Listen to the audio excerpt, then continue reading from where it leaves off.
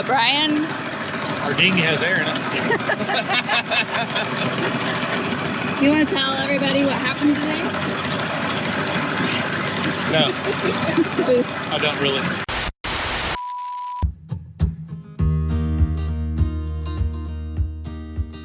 Over the past few years, we've shared, well, the glamorous side of our sailing charters, highlighting the secluded anchorages, the white sandy beaches, and the best beach bars we can find.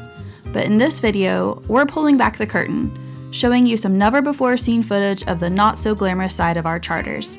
Because for every sunset cocktail and stunning drone shot, there's a hot, sweaty, exhausting side of sailing that we haven't shown you, until now. This is what we haven't told you about our sailing charters. It never fails. Every time we go on a sailing trip, we hear the same comments. Do you guys ever work? Or it must be nice. And sure, it is nice, once we actually get out on the water. But what would really be nice is if we showed up and all the work was already done. Spoiler alert, with bareboating, it never is. What most people don't see is everything that happens before we even leave the dock. The hours of behind-the-scenes planning, prepping, and organizing that go into every single trip. To simplify the process, we will break everything down into 3 categories: pre-trip planning, travel logistics, and the charter itself. The first thing you must do before any charter is to select a charter destination and research the cruising grounds. We won't even start to describe the amount of time we spend on this, but it is important for the crew you select to be excited about the destination you select. After all, it is their vacation too.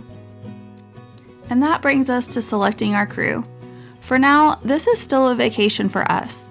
We invite friends who share our love for travel, and it's always a joy to see their reactions when we take them to some truly stunning places.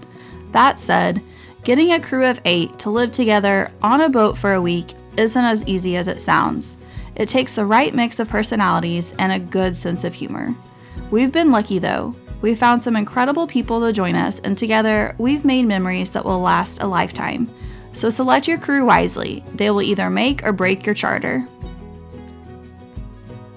There are plenty of charter companies out there and a wide variety of boats to choose from. As a skipper, your crew will rely on you to make the big decisions, picking the charter dates, choosing a reputable company, and selecting a boat that fits the group's needs, preferences, and budget. Ultimately, it's your responsibility to book a boat and a destination you know well and feel confident navigating. Yes, this is a vacation, but you're still the one in charge of keeping everyone safe. Crew safety is priority number 1, so choose a boat and location where you can skipper comfortably and responsibly. Even though we've been to these charter destinations multiple times, most of our crew hasn't, which means we're not just planning our own travel, we're often helping them figure out theirs too. Getting to places like the BVI can be an adventure in itself. It often takes multiple flights, long layovers, ferries, and a few taxi rides just to reach the marina.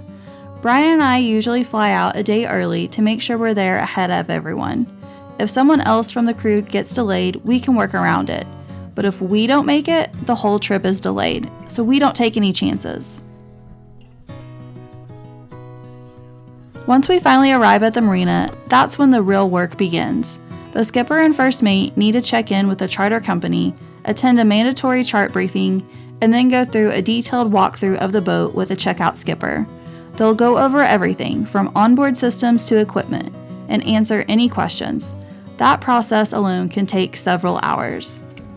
Then, just when we think it's time to relax, we remember the most important question: what are we going to eat for the week?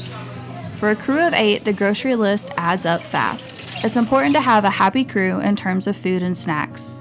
We usually spend our first afternoon hitting the local grocery store and the liquor store for essential supplies, and of course, a few celebratory drinks. And trust us, if we run out of the necessities like coffee or rum, we'll hear about it the entire trip. And it's not just food and drinks.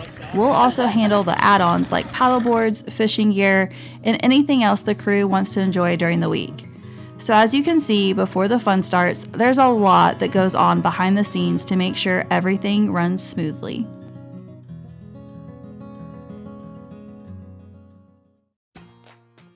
Now that we have the boat, the food, and the rum, there is only one more important thing we need to do before leaving the dock: a safety briefing with the crew. It's usually quick, but super important. It makes sure everyone on board knows what to do in case of an emergency. Now you think once we leave the dock, it's all smooth sailing and umbrella drinks, right? Not quite.